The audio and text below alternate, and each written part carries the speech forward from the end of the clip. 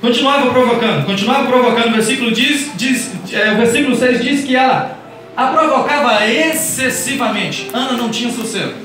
Agora imagina a perturbação de Ana com uma mulher dia após dia a provocando. Eu tenho filhos, você não tem. Eu tenho filhos, você não tem. Você é estéril, você é amaldiçoada pelo Senhor. Porque a esterilidade era considerada como se fosse uma maldição. A mulher, ela era rejeitada pela sociedade, aquela que não pudesse ter filhos, pela sociedade de Israel. E no versículo 7, nós vemos aqui que assim fazia Eucana todo ano, ano após ano. E todas as vezes que Ana subia à casa do Senhor, Penina a irritava. Mas olha o que diz o finalzinho do versículo. Isso aqui, irmãos, é bonito. Penina a irritava, a outra a irritava, pelo que Ana chorava e não comia.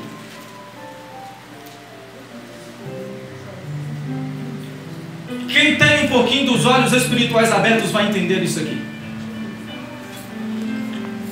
Ana orava, subia ao tabernáculo, e quando Eucana dividia as porções, ela jejuava.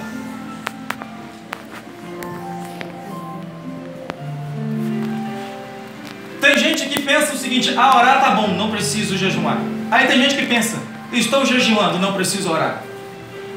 Ana continuava em consagração. Enquanto os outros comiam, Ana estava jejuando.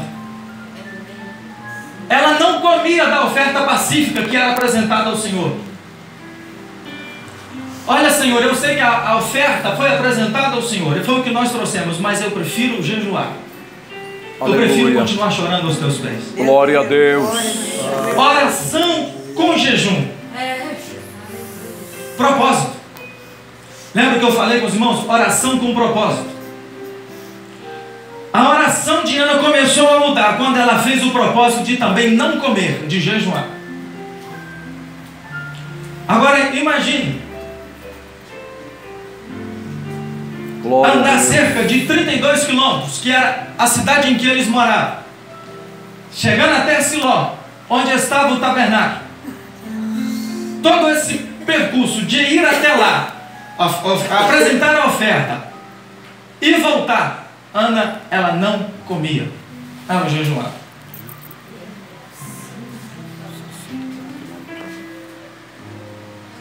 E aí, estando o sacerdote Eli, sabe o que é mais interessante? O livro de Samuel nos deixa bem claro que o sacerdote Eli, que era o sumo sacerdote, ele estava tão contaminado quanto os seus filhos, Ofni, Finéias e outros juízes de Israel. Ele também se corrompeu. Era um homem que havia pecado contra o Senhor. E aqui me chama a atenção que quando alguém está longe do Senhor, ele não entende o seu clamor. Eu não sei se isso já aconteceu com vocês, mas isso já aconteceu comigo. Para de orar. Para que isso? Isso não tem solução. Você fica orando aí, orando, sem comer, sem beber, sem dormir, chorando. De o que está resolvendo? O nosso propósito com Deus, quem está do nosso lado, às vezes não entende. Ainda mais quando você tem um abençoado do seu lado que está desviado. Perdeu o foco do Senhor. E aqui o sumo sacerdote estava longe do Senhor. E aí quando ela começa a orar, que ela começa a clamar ao Senhor, ela não fazia como os demais. Porque o costume era orar de voz alta. As pessoas iam para o pátio do templo e começavam a fazer os seus clamores em voz alta. As pessoas iam para o meio do pátio. Elas vinham para cá. E ali começavam a orar em voz alta. Sabe o que Ana fez? Se afastou do meio do povo. Sabe o que Deus me diz aqui? Se afaste. Talvez você está no meio errado, você está no lugar errado. O que você está fazendo aí? O meu propósito contigo é diferente. Eu tenho um propósito para você, que vai trazer a redenção de volta a Israel. É o que Deus estava dizendo para Ana. O que Ana faz? Ela sai do meio do tabernáculo, do pátio do tabernáculo, e se encosta num pilar. Irmão, sabe o que é mais interessante disso tudo? Quando o sacerdote, quando o líder, ele está afastado do Senhor, enquanto os outros oram e clamam, ele está sentado numa cadeira se balançando. A situação de Israel era tão crítica que enquanto aqueles que subiam para orar, o sacerdote ele ficava sentado numa cadeira. Versículo 9. Eli, o sacerdote, assentado numa cadeira. Aí ele começa a ver Ana. E ele não escutava Ana orando. Ele só via os lábios de Ana se mexer. E Ana, ela vai fazer o voto ao Senhor. Oração com propósito. O primeiro propósito foi orar, mas não somente orar e jejuar. E aqui Ana, ela vai avançar para a segunda etapa. Ela vai fazer um voto. Quando ela entendeu que somente orar não estava resolvendo a sua situação, ela foi jejuar.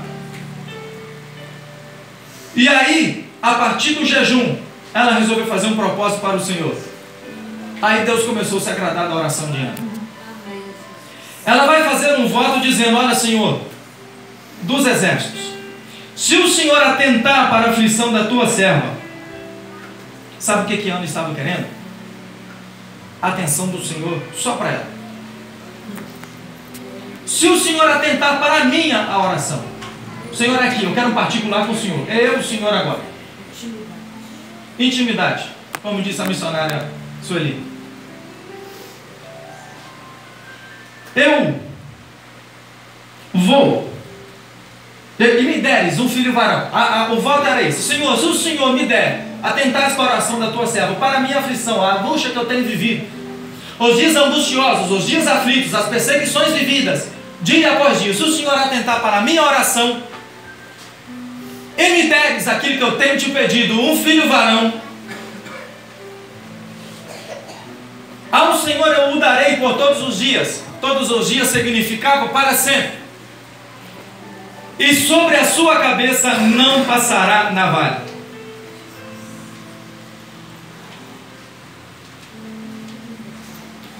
Quando Ana ora desta maneira, eu acredito que Deus se levanta do trono e diz assim: agora sim, Ana, agora é comigo mesmo. Agora eu gostei desse negócio. Agora você entendeu o que eu estou querendo. E sabe, havia um costume, não era o costume, mas era o que poderia acontecer, na verdade. Se uma mulher fizesse um voto ao Senhor, esse voto poderia ser quebrado, desfeito pelo marido. E os irmãos vão entender porque eu estou falando isso aqui.